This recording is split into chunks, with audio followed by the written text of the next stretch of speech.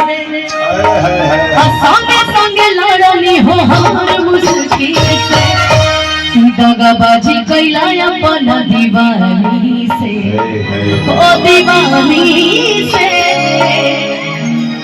बड़ा बड़ा गाना बनत रहे, बड़ा गाना होत रहे तो हम कहनी कि यार जब भाई सब कर ही रहा है तो हमें घर में कोई गुनाह थोड़ी है।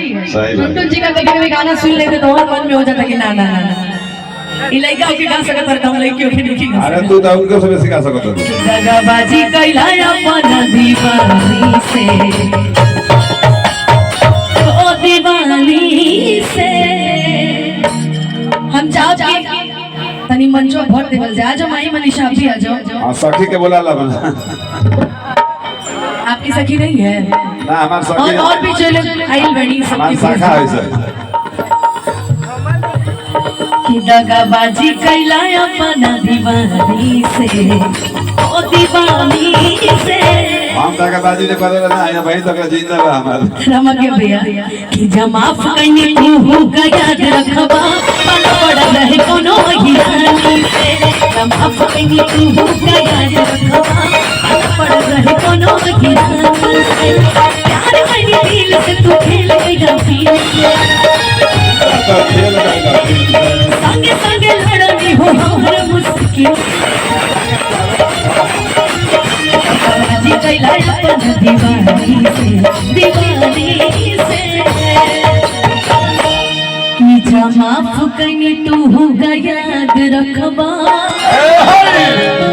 कि जमाफ कनी तू याद रखबा अपाला पड़ल रहे कोनो हिरानी से जमाफ कनी तू याद रखबा अपाला पड़ल रहे कोनो हिरानी भगवती बताई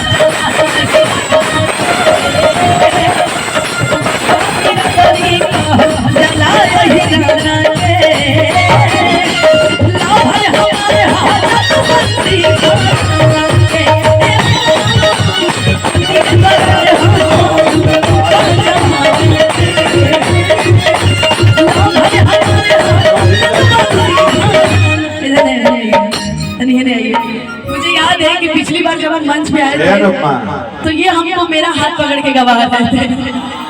महाराज भाई के रख लो ए भैया मुझे याद है कि जब मैं पिछली बार आई थी तो ये मुझे हाथ पकड़ के गवा रहे थे और पूरा वीडियो वायरल है। एक बार तू हाथ पकड़ ले कि सोच लेना रही ऐसा। एक माइक दीजिए भाई। करवा तू घात हो कि जिंदगी में हमारा लगा दे हलायात हो कि जिंदगी में हमारा लगा दे हलायात हो कि अब अकेले रहल ठीक बदनामी से। अकेला नहीं खेला है क्या करे हम छोटे बाबा हम हमारे गाँव है ये अकेले रहल ठीक बदनामी से बदनामी से आजा माफ कइनी तू का याद रखबा पल पड़ रहे कोनो हिरानी से माफ कइनी तू का याद रखबा पल पड़ रहे कोनो हिरानी से। तनी अपने मुंह से वो गाना गा दीजिए तो बघवा मेरा गरी कहल जाला है हिराना के। भैया भैया भैया भैया भैया भैया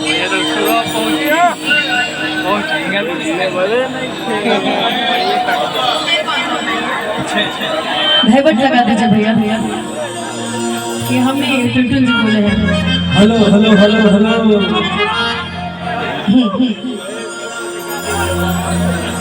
धरिवट लगा दे गुरुजी। हो गए हेलो हेलो हेलो